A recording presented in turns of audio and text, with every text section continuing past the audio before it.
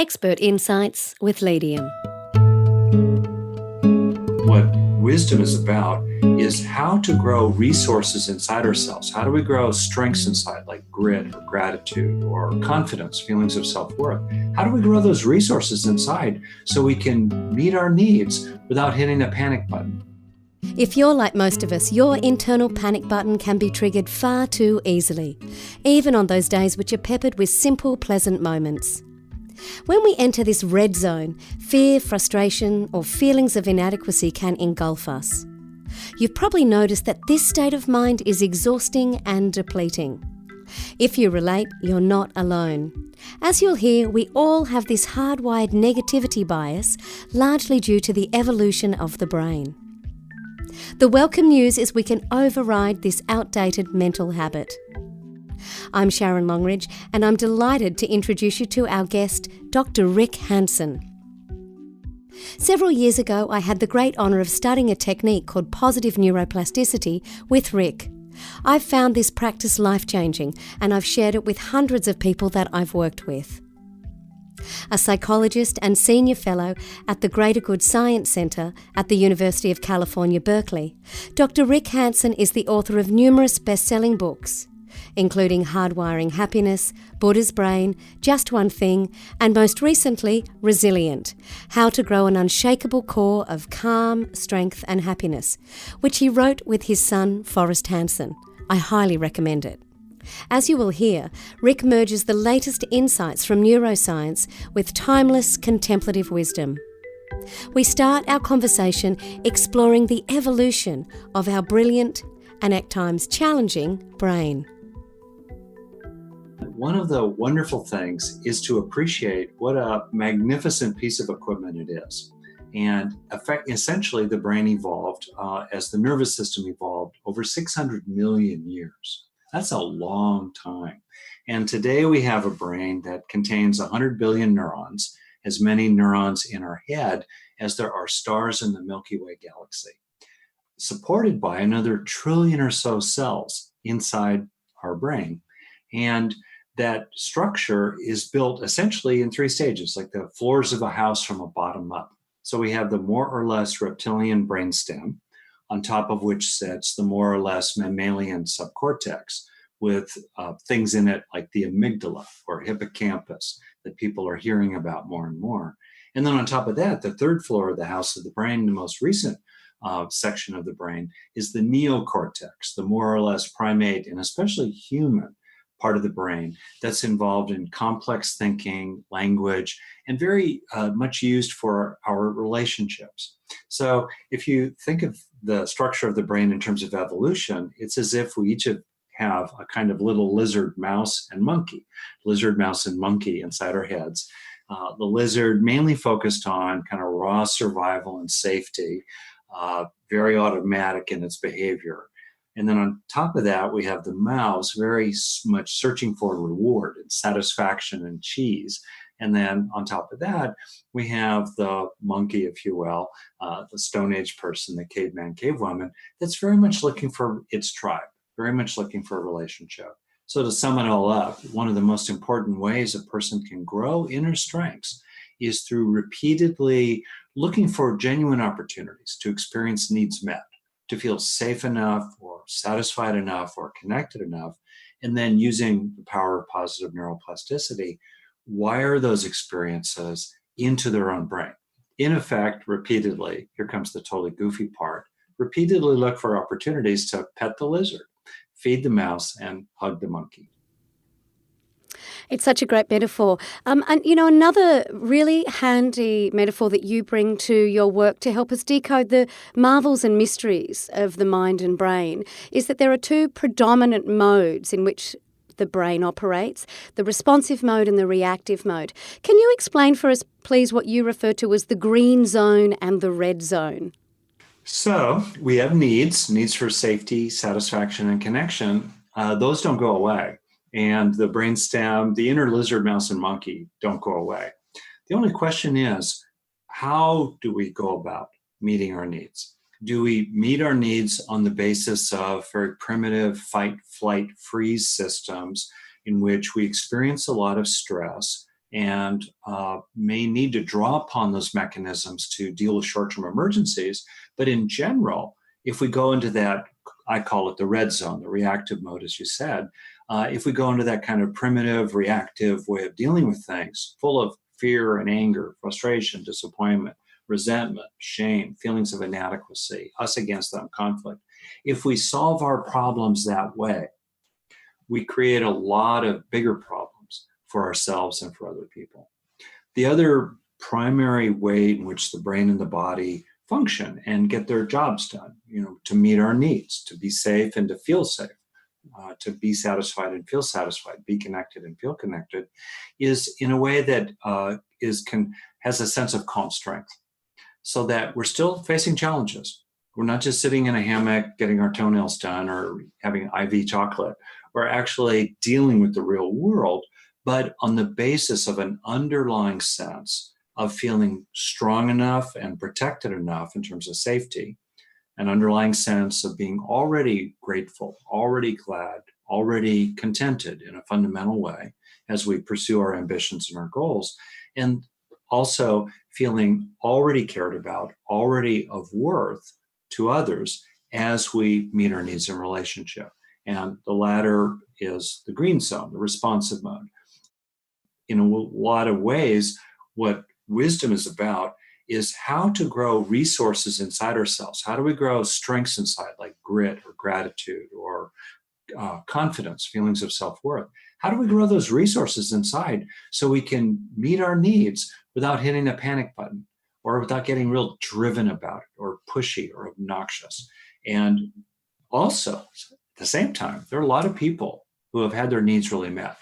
They're well-to-do, they're safe, they're the safest generation in the history of the planet, certainly in the developed parts of the world. Great opportunities for satisfaction, pleasure, music on demand, high quality food. The typical middle-class person today eats better than the kings and queens of a generation ago. Just think about that. Medical care and all the rest of that, many opportunities for satisfaction. And also we have many opportunities for connection with others, including through technology. You're in Australia, I'm in California, and we're able to communicate here. So just because we are safe, satisfied, and connected doesn't necessarily mean we feel that way. And if we don't feel safe when we actually are safe, then we start being threatening to others. And we take on board a lot of needless anxiety. And there's similar issues in terms of our other two major needs. So for me, the bottom line here is to use the red zone very judiciously on an as-needed basis. If you need to race into your apartment to get your child's teddy bear and your dissertation tapes for your PhD, in my case, do what you need to do, both the teddy bear and the dissertation tapes. But use the red zone very carefully, because there's a lot of collateral damage that comes with it. And as best you can, again and again, build up those strengths inside so that you can actually deal with your challenges from the green zone and feel peaceful, contented, loved and loving along the way. Yet the real challenge that we face is this negativity bias. What can we do about that? So first, you're exactly right. One of the most robust findings in neuroscience is the negativity bias of the brain, the ways in which it is designed to overlearn from painful experiences, once burned, twice shy, and in comparison, generally not learn that much from beneficial experiences, even though learning from beneficial experiences, and when I say learning, I mean emotional learning, social learning, somatic learning, as well as conceptual learning. Learning from beneficial experiences is the primary pathway to growing the building blocks of inner resources like grit, mindfulness, compassion, determination, commitment to exercise, commitment to justice, and so forth. So what do we do about this tendency from Mother Nature? Thanks, Mom, that we have this brain that is indeed, as you said, like Velcro for the bad, but Teflon for the good. That's where positive neuroplasticity comes in. The fact that we have the power every day to help the experiences that we're having have maximum beneficial impact on the brain. If we want to grow anything inside, greater happiness, greater self-worth, more patience, more sense that our own needs matter in our family so that we deserve to actually speak up and have our needs taken care of better. whatever it might be that we want to grow. Neurologically, that growth process has two necessary steps. First, we must experience what we want to grow, and then we must turn that experience into some kind of lasting physical change of neural structure and function or function. Otherwise, there's no lasting value. So that's the essence of the process. The good news is that what may sound kind of complicated is actually very simple, natural, quick, private, and usually enjoyable. In the flow of the day, if we have an opportunity to experience something beneficial, a sense of completion, an accomplishment, getting something done, load of laundry, a tricky email, a meeting at work, or if we have a sense of connection with another person, that they're friendly, they're supportive, they're respectful, whatever it might be. We look out the window, we see a flower, our kids make us laugh, our dog is happy to see us when we get home. There's always chocolate, there's always the relief in finally making it to the bathroom. Any one of those is an opportunity to register a beneficial experience and slow it down and then take it into yourself. And a lot of research is showing on studies of human beings. Many college sophomores were sacrificed for science in this regard, but anyway, and then definitely in studies on non-human animals, there's tremendous evidence increasingly that the experiences that we're having, especially with a little help, can leave lasting physical changes behind. And the takeaway for me really goes to the essence of self-reliance. This could all sound very privileged and yuppie and, for upper middle class people in yoga camp. And the truth is two things. One, the worse your life is, the more important it is to grow psychological muscles of various kinds to deal with the life that you've got. The less that the world outside is helping you, the more important it is to grow those resources inside. And the second key takeaway point is that whatever has been true about the past is outside of our control. But where we have opportunity is to help ourselves become the person we want to be in ways large and small. Mostly lots of small ways, a little more patient, a little happier, a little more confident, a little more skillful. We can help ourselves steepen our personal learning curve or personal growth curve as we go forward through the days of our lives. And that steepening of our personal growth curve through positive neuroplasticity and a little bit of skillfulness gets applied to everything. And then we become a person who develops faster, who heals faster, who lets go more quickly, and becomes more able to contribute to others as a result. What I've absolutely learnt from your work and other reading in the areas of neuroscience and the contemplative traditions is what is central to resilience, to lasting inner happiness, contentment, is where we consciously choose to focus our thoughts, where we place our attention. Can you just unpack that? What really has been revealed to me in the work that I do and my own personal journey, from a lot of self-loathing, depression to, I think over the years I've shifted that significantly, is this key realization that we can quality control our thoughts. Can you explore that more deeply, please? Very touched by what you've said there, just personally right here. And I'm reminded of the sentence written by William James, the American psychologist, who wrote over a century ago, "The education of attention would be the education par excellence." And that's exactly what we're talking about here. To be able to rest attention on what's useful and keep it there, and also to be able to pull attention away from what's not useful and shift it to something that is useful is absolutely fundamental to functioning, to well-being, and to regulating who we are becoming. Because what we rest attention on is the front end of brain change.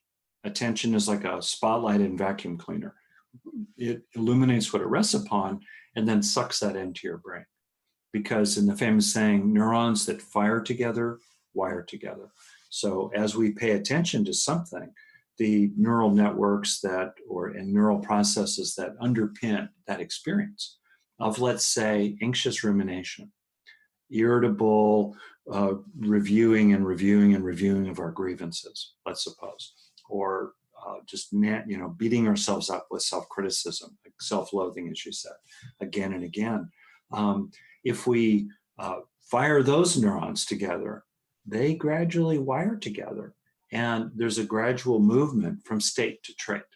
In other words, if we marinate in states that are corrosive to us, like anxiety or shame or resentment or grievance, well, that gradually colors us. That we take on that shade.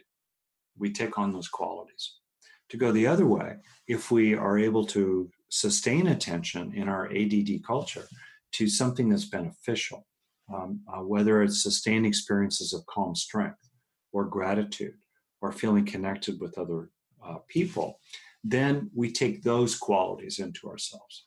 And if you look at the essence in so much research on psychological interventions of various kinds that are quite effective, coaching, psychotherapy, mindfulness training, informal practices, formal practices, and when there's evidence, obviously, of psychological change, that's evidence of neurological change.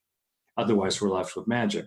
We don't yet know exactly what the underlying mechanism of action was, but presumably, if a person is reliably different psychologically, they feel different, they act different, they think in different ways, that means their brain must have changed as well. Well, there's so much research about the power of various interventions, and the essence of those interventions is to help people have states of being, certain thoughts, certain sensations, certain emotions, certain intentions, and then sustain those experiences so they produce some kind of lasting change in the brain. But if people, as you're saying, can't pay attention, can't sustain attention past a handful of seconds, past the duration of a single breath to that experience, their mind is skittering on to the next thing faster before the current good thing has a chance to sink in. That's why mindfulness training is so central, because we have to get control over that spotlight and vacuum cleaner. And the essence of it is autonomy. If we're to be autonomous as independent, individuated beings, we must be able to regulate our attention.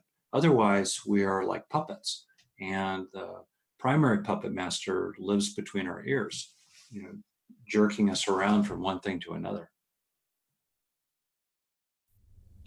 Most people have a harsh, opinionated inner critic, which reflects the brain's negativity bias. Left unchecked, this critical inner voice can demean us, undermine our work, and sabotage our confidence. I asked Rick how we can dial down this destructive mental tendency. There are things to do that withdraw power from the inner critic. And that's a general principle. Stuff arises in the mind. The question is, do we add fuel to it?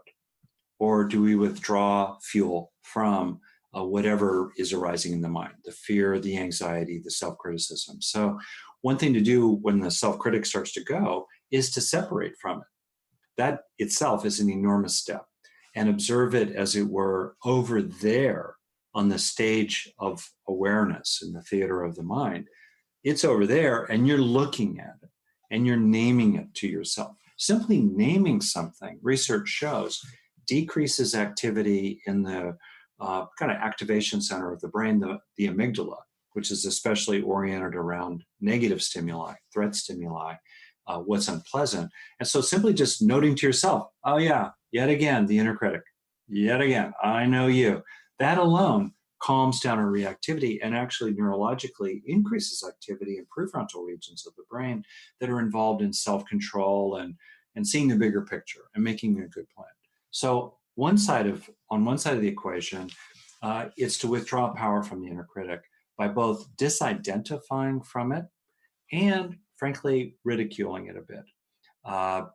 And seeing it as a funny Disney villain character, Simon Legree in a funny hat, or with big purple glasses. I'm seeing your glasses here. Imagining the inner critic with like clown glasses that are like 10 times larger than the ones you're wearing, and something like that. And then the last thing is to ask yourself, what's useful that the inner critic is telling me?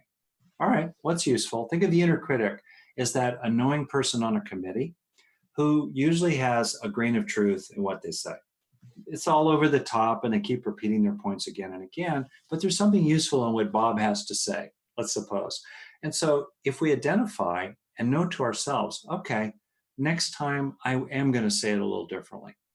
Or, okay, I didn't do that perfectly well. I got it. And I could, do this or that to do a better job next time. Fine. Do you have anything new to say, inner critic? Otherwise, thank you for sharing. Thanks, Bob. But now it's the turn for somebody else to talk.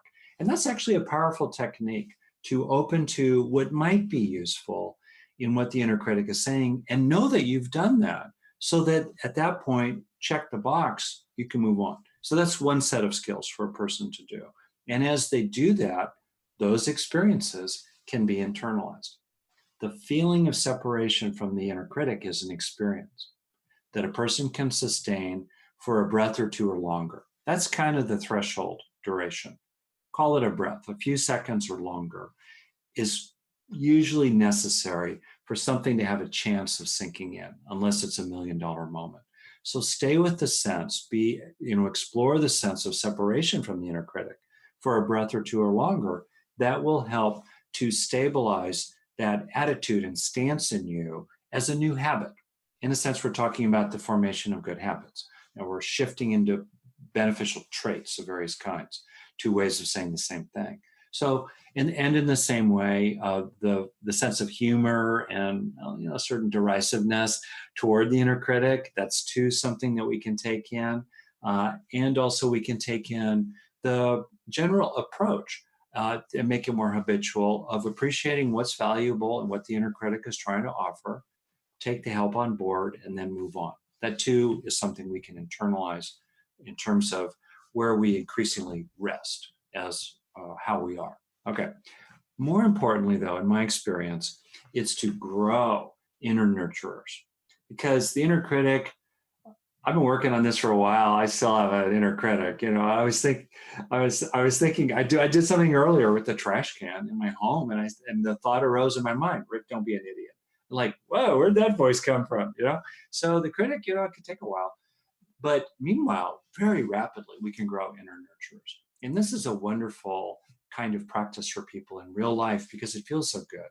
So one way to grow the internal sense of feeling supported inside, or feeling guided rather than criticized, or feeling that the good in you is seen, or feeling cherished, even if you do make mistakes, building up reservoirs, bulwarks of self-worth that we can draw upon and take refuge in, so that we can stand up to and stand against the inner critic. That's a really important thing to do. For many people, the inner critic is kind of like King Kong or Godzilla, this enormous monster. And the inner nurturer is like a tiny fairy godmother out of a Disney film that's about 2 inches tall, saying, don't yell at little Ricky. And, that's way out of balance. So it's really important to grow your various inner nurturers. And so it's useful to differentiate aspects of inner nurturers in ways that I did just a few moments ago. And then look for opportunities to experience that from other people. Experience compassion from other people, kindness from other people, cherishing from other people, respect and valuing from other people, a sense of being with you, loyalty from other people. Any one of those is an opportunity to have and then internalize that experience as the beginning of the process of growing that particular psychological resource inside. And with time and repetition, maybe a few times a day, we're talking here about what's less than 20 seconds at a time, typically. A few minutes a day, be like a sponge, or fill up your inner Mother Hubbard's cupboard with lots and lots of nurturance coming to you from the outside in that then you can draw upon to stand up to the inner critic.